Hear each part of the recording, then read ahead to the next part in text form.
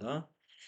자, 495페이지 제78회 FAT 1급 실무 이론 평가 10문제 한번 풀어보겠습니다. 1번을 보니까요. 내부 통제 제도의 목적을 문제로 냈는데 옛날 같으면 이 문제가 굉장히 흔한 문제였어요. FAT 1급에서 이론 문제에서 내부 통제 제도에서 문제가 한 문제를 꼭 출제를 했었는데 최근에는 내부 통제제도 문제를 안 내는 편이었는데요. 78회에 출제를 했습니다. 다음 중 선생님의 질문에 옳지 않은 답변을 한 사람은 누구냐? 근데 선생님이 내부 통제제도의 목적을 물어봤어요. 그래서 여러분들 교재에 보시면 내부 통제제도의 목적이 내부 통제 맨 처음에 나오잖아요. 세 가지예요. 그 세 가지가 관련 법규 및 정책의 준수도 내부 통제 제도의 목적이고요. 재무 정보의 신뢰성을 확보하는 것도 내부 통제의 목적 중에 하나이고요. 기업 운영의 효율성과 효과성을 확보하는 것도 내부 통제 제도의 목적입니다. 이 세 개가 목적이에요. 그래서 내부 통제 제도의 목적이다 그러면 기업 운영의 효율성과 효과성을 확보하고 재무정부의 신뢰성을 확보하고 관련 법규와 정책을 준수하는 데 있습니다. 그래서 나머지 상처리는 뭐라고 그랬느냐? 경영진에 대한 업무 능력을 측정할 수가 있다. 내부 통제는 경영진의 어떤 능력 측정을 하려고 내부 통제를 하는 게 아닙니다. 이러한 사고라든가 규정을 잘 준수하고 있도록 하고 이런 사고를 예방하기 위한 거예요. 내부에서의 여러 가지 사고들을 막기 위한 것이니까 요 세 가지가 목적입니다. 경영진의 업무 능력 측정이다. 이거는 내부 통제의 목적은 아니에요. 답이 4번. 2번을 보시면 다음에 설명하고 있는 회계정보의 질적 특성. 회계정보의 질적 특성은 정말 자주 나오죠. 앞에서 우리 기출문제 이론 풀었을 때도 벌써 여러분이 최근에 몇 번 푸른 것 중에서도 두세 번은 나왔어요. 회계정보의 질적 특성, 목적 적합성과 신뢰성을 가지고 질문하는 문제가 참 많죠.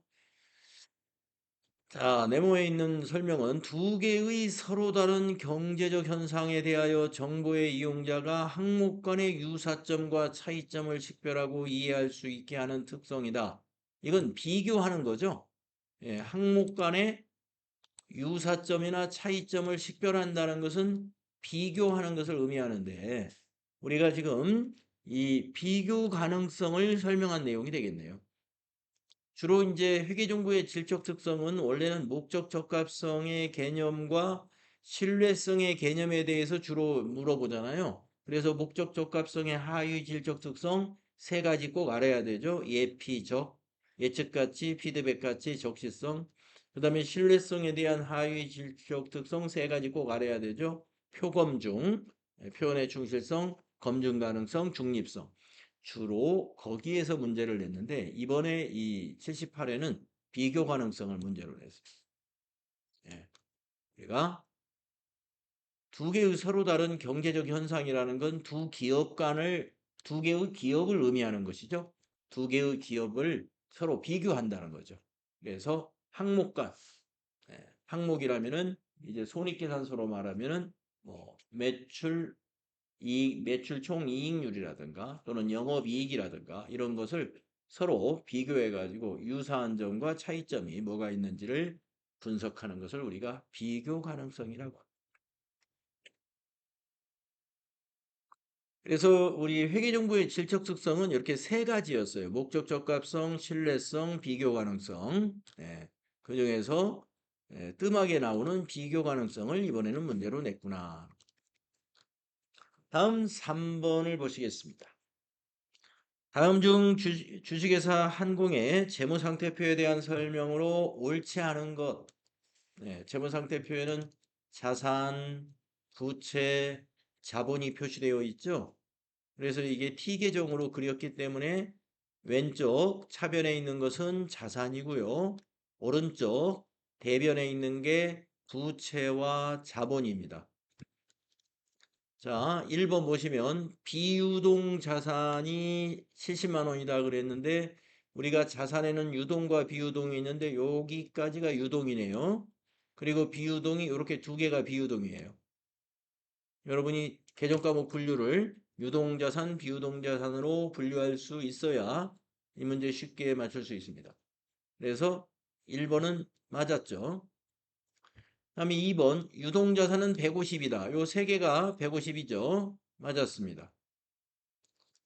자본은 30이다. 자본은 여기 자본금과 이익잉여금까지가 자본이네요. 예, 맞았어요.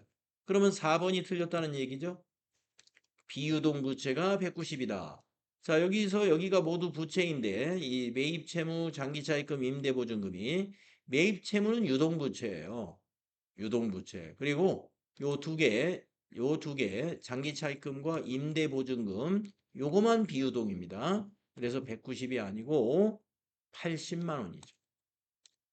비유동부채는 80만 원이다. 개정과목 분류에 대한 문제였습니다.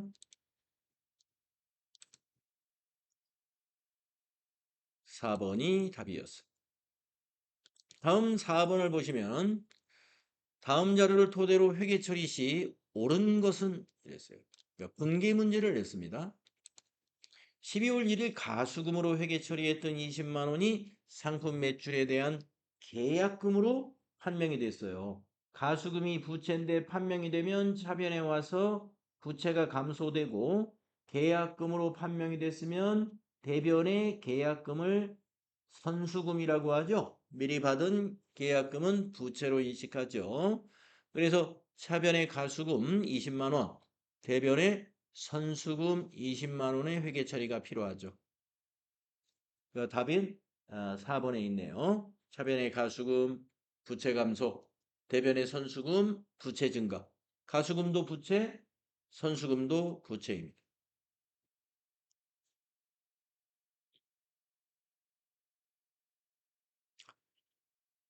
자, 그런데 이제 가수금은 임시개정 과목이죠. 예, 이렇게 밝혀지면 가수금을 정리하고 예, 밝혀진 것으로 회계 처리해 줘야 돼요. 그래서 4번이다. 다음에 5번을 보시면 다음 중 무형자산에 해당하는 것만 고른 것은 여러분 무형자산 개념 과목 알고 있죠? 영업권 무형자산의 개념 과목입니다. 산업재산권 이거 무형자산의 개념 과목입니다. 개발비 무형자산의 개념 과목이죠. 이거 외에 영업권 그리고 소프트웨어 등이 있죠. 예. 영업권은 여기 있군요. 예.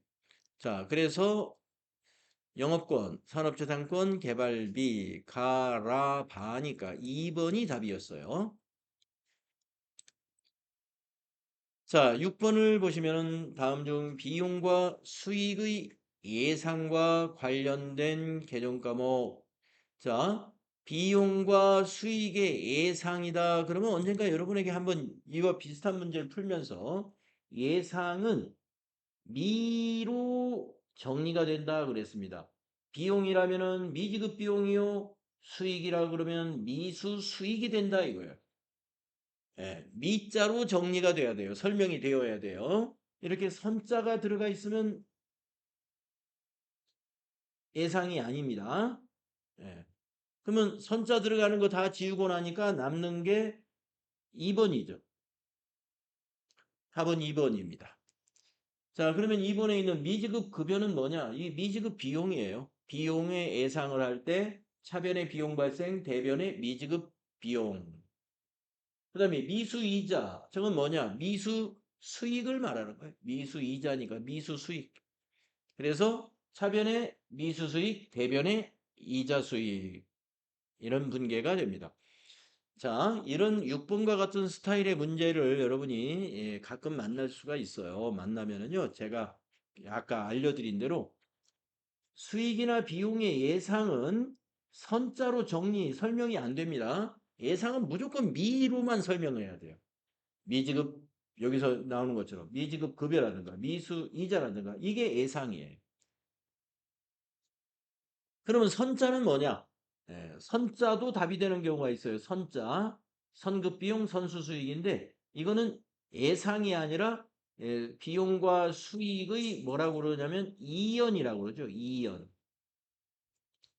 비용이나 수익을 이연할 때는 선자로 설명이 돼야 돼요. 지금 여기 1번에 있는 것처럼 선급보험료라든가 선수수수료라든가 즉 선급비용, 선수수익을 말하는 거예요. 이연을 시킬 때는 선급비용이나 선수수익이라는 자산과 부채 계정을 사용합니다. 그래서 이연은 선이요. 예상은 미다. 이걸 그냥 외울 수 있으면 외워버리시면 좋습니다. 이론 문제 풀 때는 좋아요. 이런 걸 외워두면. 그래서 선자 나온 거 싹 지우고 나면 미자만 남게 되죠. 그래서 2번이 답이에요. 다음에 7번을 보시겠습니다. 다음은 주식회사 한공의 매출채권 관련 자료이다. 기말정리사항, 기말정리사항 문제고 사실은 이 위에 여기 6번도 기말정리사항 문제에 해당이 돼요. 왜 그러냐면 비용과 수익의 예상이나 또는 비용과 수익의 이연은 결산정리사항이거든요. 그래서 지금 6번도 결산정리에 대한 문제를 낸 셈이고 7번도 바로 결산정리 분계를 문제로 낸 겁니다. 자, 매출채권 관련 자료입니다. 기말정리사항을 반영한 후에 재무상태표상의 대손충당금과 손익계산서상의 대손상각비는 얼마일까? 이걸 물었어요. 기중에 계상된 대손상각비는 없고요. 기말에 한 번만 발생했다는 말입니다. 자, 수정전 시산표를 보니까 매출채권은 150이고 대손충당금이 지금 10,000원이 남아 있어요. 그런데 결산 정리를 보니까 매출채권 잔액의 2%를 충당금으로 설정한다라고 그랬습니다. 그러면 150만 원의 1%는 15,000원이요. 2%는 3만 원이죠. 그러면 대손충당금은 2% 하루에 3만 원이 되는 거예요. 3만. 매출채권 잔액은 여기 이미 수정전 잔액산표에 매출채권 잔액 나와 있잖아요. 거기에 2%를 대손충당금으로 설정하니까 3만 원이 됩니다. 그러면 손익계산서에 관한 대손상각비는 얼마냐? 이 질문에는 지금 10,000원이 충당금이 있으니까 이걸 3만 원을 만들기 위해서 2만 원을 추가로 설정하겠죠. 그때 분계가 뭐예요? 차변에 대손상각비 2만 원, 대변이 대손충당금 2만 원, 이게 추가 설정하는 회계처리죠. 그래서 대손상각비는 2만 원이 됩니다. 추가 설정할 때 대손상각비가 2만 원 발생하게 됩니다. 답이 2번에 있군요.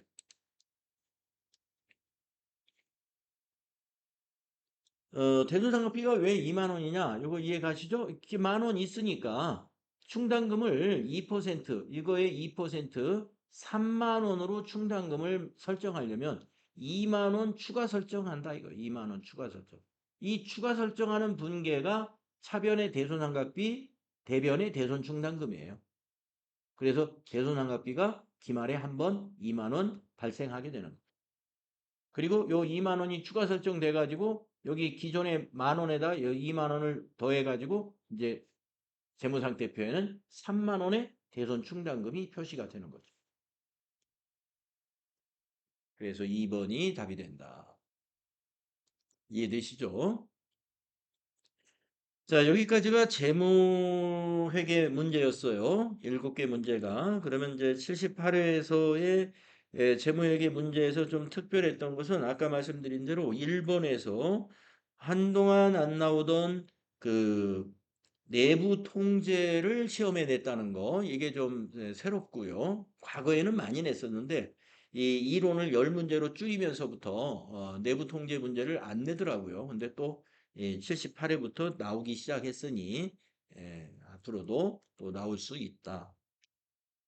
목적 정도를 알아두시면 돼요. 내부 통제에 대해서 앞부분은 맨 앞에 나오는 내부 통제제도의 목적 이 정도 알아두시면 되고 그다음에 2번에서도 우리가 회계정보의 질적 특성은 주로 목적 적합성과 신뢰성을 가지고 문제를 많이 냈는데 78회에서는 비교 가능성에 대한 문제를 냈어요.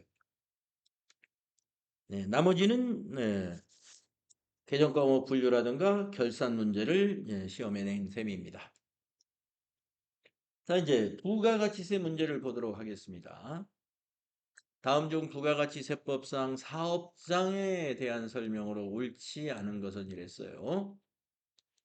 사업장이 둘 이상인 경우 주사업장에서 총괄하여 부가가치세를 신고 납부하는 것이 원칙일까요? 아닙니다. 주사업장은 우리가 별도의 신고를 해야 돼요. 주사업장에서 총괄 납부하려면은 별도의 신고를 통해서 주사업장 총괄 납부 제도를 이용할 수가 있습니다. 그러나 신고는 아니고 납부만 하는 거예요. 그것이 원칙은 아닙니다. 원칙은 뭐예요? 사업장별로 신고하고 납부하는 게 원칙입니다. 그래서 답이 1번이 됐어요. 옳지 않으니까. 자, 나머지 3개 맞는가 보겠습니다. 부동산 임대업의 경우 부동산 등기부상의 소재지가 사업장이다. 맞습니다. 이 임대업이라는 것은 그 부동산 물건을 가지고 사업을 하는 것이기 때문에 그 물건이 있는 위치가 사업장이에요. 그 다음에 3번 제조업의 경우에는 최종 제품을 완성하는 장소가 사업장이다. 제조업 하면은 공장이 생각나잖아요. 예. 그러니까 공장이 있는 곳은 당연히 사업장이죠. 제품을 완성하는 장소라는 건 제조 공장을 말하는 거죠. 사업장으로 봅니다. 다음에 4번. 직매장은 사업장에 해당하나 하치장은 사업장에 해당하지 않는다. 예. 직매장이라는 것은 제품을 만드는 곳이 아니라 도소매업이다 그러면은 판매가 일어나는 곳이에요. 그러니까 우리가 사업장, 일반적으로 사업장 하면은 계속 반복적으로 판매가 일어나거나 제조 활동이 일어나는 장소를 사업장이라고 그래요. 제조업이나 도소매업에서. 그렇지만 하치장이라는 것은 제품을 만드는 곳도 아니요. 제품을 판매하는 곳도 아닙니다. 그렇기 때문에 하치장은 부가가치세법상에서는 사업장이 아니에요. 예. 그러니까 하치장에서 부가세 신고할 내용이 하나도 없어요. 하치장 건에 대해서는. 공장에서 만들어 가지고 하치장에 넣어놨다가 직매장으로 보냈어요. 그러면 부가가치세를 한 번, 두 번 내느냐? 아닙니다. 자, 공장에서 만들어 가지고 하치장에 있다가 직매장으로 보냈다? 부가세 한 번만 냅니다. 사업장을 두 개 이동했지 않느냐? 아니에요. 두 개 이동한 게 아니라 하나만 이동한 거예요. 왜냐? 부가가치세법에서는 하치장은 사업장으로 보지 않습니다. 자, 그래서 1번이 옳지 않다는 거 답을 찾으면 되고요. 그 다음에 9번을 보시면은 다음 중 부가가치세 신고에 대한 설명으로 옳은 것은 이랬어요. 부가가치세 신고. 1번. 폐업한 경우 폐업일이 속하는 날의 다음 달 말일? 아니죠. 25일입니다. 폐업한 경우에 폐업일이 속하는 날의 다음 달 25일까지 신고해야 됩니다. 그래서 1번 틀렸고 2번 확정신고를 하는 경우 예정신고 시 신고한 과세표준도 포함해서 신고하면 어떻게 되겠어요? 부가세 두 번 낸다는 얘기 되잖아요. 그럴 리가 없죠. 제외하고 신고합니다. 확정신고 때는 예정신고가 앞에 3개월이잖아요. 그 앞에 3개월 신고 때 신고한 건 빼고 누락한 것은 그건 포함해요. 예정신고 때 누락한 것은 확정신고 때 포함해서 신고를 합니다.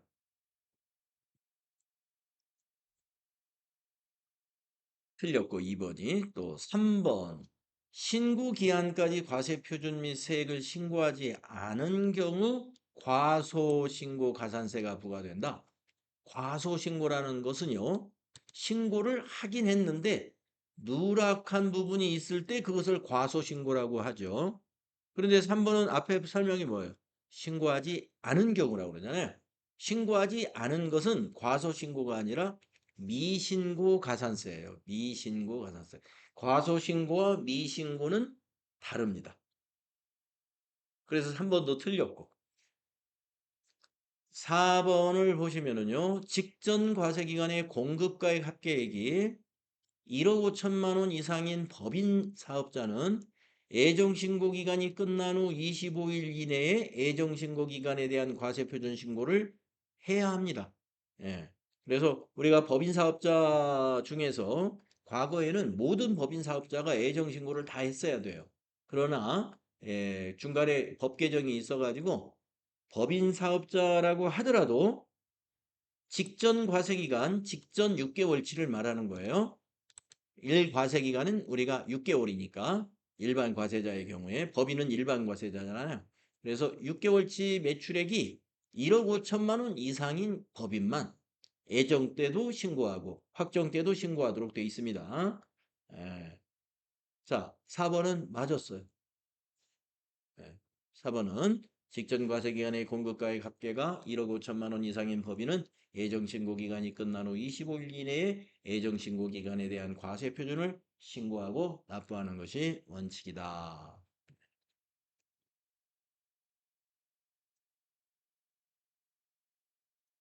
자, 그래서 9번은 4번이 답이었고요. 그 다음에 10번을 보겠습니다. 다음은 제조업을 영위하는 주식회사 항공이 25년 2기 부가가치세 예정신고 기간 매입 내역입니다. 매입세액 공제액 얼마냐? 이거 공제 가능한 매입세액을 물어보는 거죠. 필요한 증빙은 적법하게 수령했습니다. 원재료 매입세액 공제 가능한 것이고요. 개별 소비세 과세 대상 자동차 구입 매입세액은 공제 불가능하죠. 기계장치 구입에 관한 매입세액은 공제 가능할 것이고요. 거래처 증정용 선물 구입이면 접대비 관련 매입세액이니까 공제 안 되겠죠.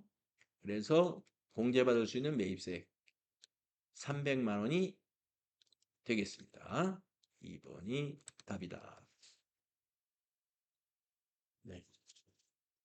여러분 한 7개 이상은 맞추셨죠?